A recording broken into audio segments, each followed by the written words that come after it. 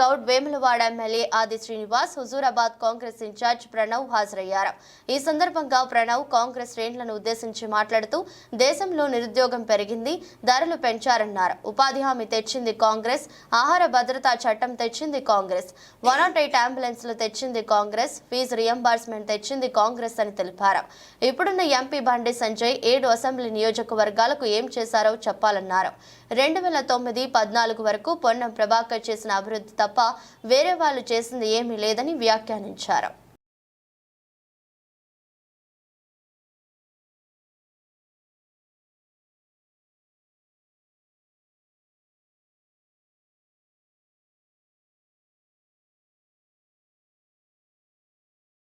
భవిష్యత్ తరాలకు నీళ్ళిద్దాం. రోజంతా ఎన్నో లీటర్ల నీళ్లు వేస్ట్ చేస్తాం. నీళ్లు సేవ్ చేద్దామన్నప్పుడు ఆలోచన చేస్తాం. మళ్ళా గట్లనే నీళ్ల వాడకం. వాట్సాప్లో స్టేటస్లకు, చెప్పే సామెతలకు పొంతనలేదు. సమాజంలోని పౌరునిగా నీ బాధ్యతను గుర్తెరుగు. నిన్న బెంగుళూరు, రేపు ఇంకో సిటీ, ఎల్లుండి మన సిటీయో మన ఊరో కావచ్చు. మారండి.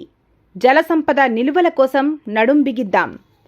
లక్షల రూపాయలు పెట్టి కట్టే కొత్త ఇంటికి ఇంకుడు గుంతలు నిర్మిద్దాం. ఇయాల్టి నుండే అనవసర నీటి వినియోగాన్ని ఆపేద్దాం. భవిష్యత్ తరాలకు నీటిని నిల్వ ఉంచిన వాళ్లమవుదాం. చుక్క చుక్క కలిస్తే సముద్రమైనట్లు ఇక నుండి ప్రతి నీటి బొట్టును ఒడిసిపడదాం. సమాజహితం కోరే స్వరాజ్ న్యూస్. దేశ భవిత సంకల్పం కోసం అడుగులు.